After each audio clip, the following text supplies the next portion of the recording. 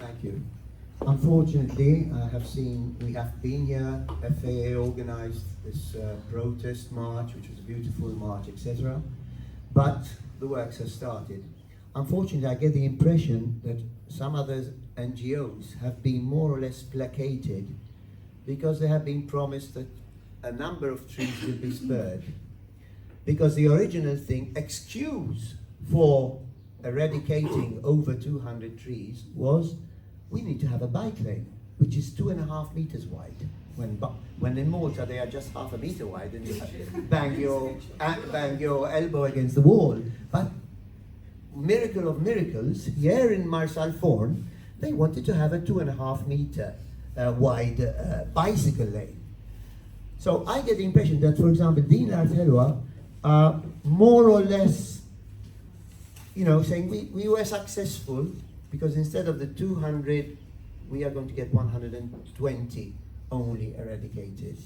And the works have started. So I think the only way with this mentality, this politician's mentality, is in the streets. It's the only thing. It is true that from what I see in the papers and from all the protests I go everywhere, north, south, east and west, Gozo, etc.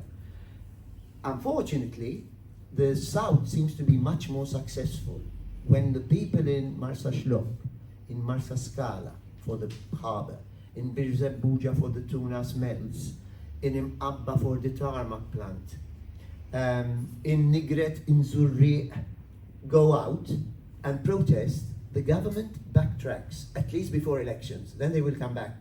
But before elections, they will try to dupe you. And my impression is that they have to backtrack in Labour majority areas. While in non-Labour majority areas, or supposedly non-majority, because things are changing too, like Slima, Sweetie, etc., and the people are not so vociferous, like Sweetie. Slima, yes, because thanks to Astrid, she lives in Slima.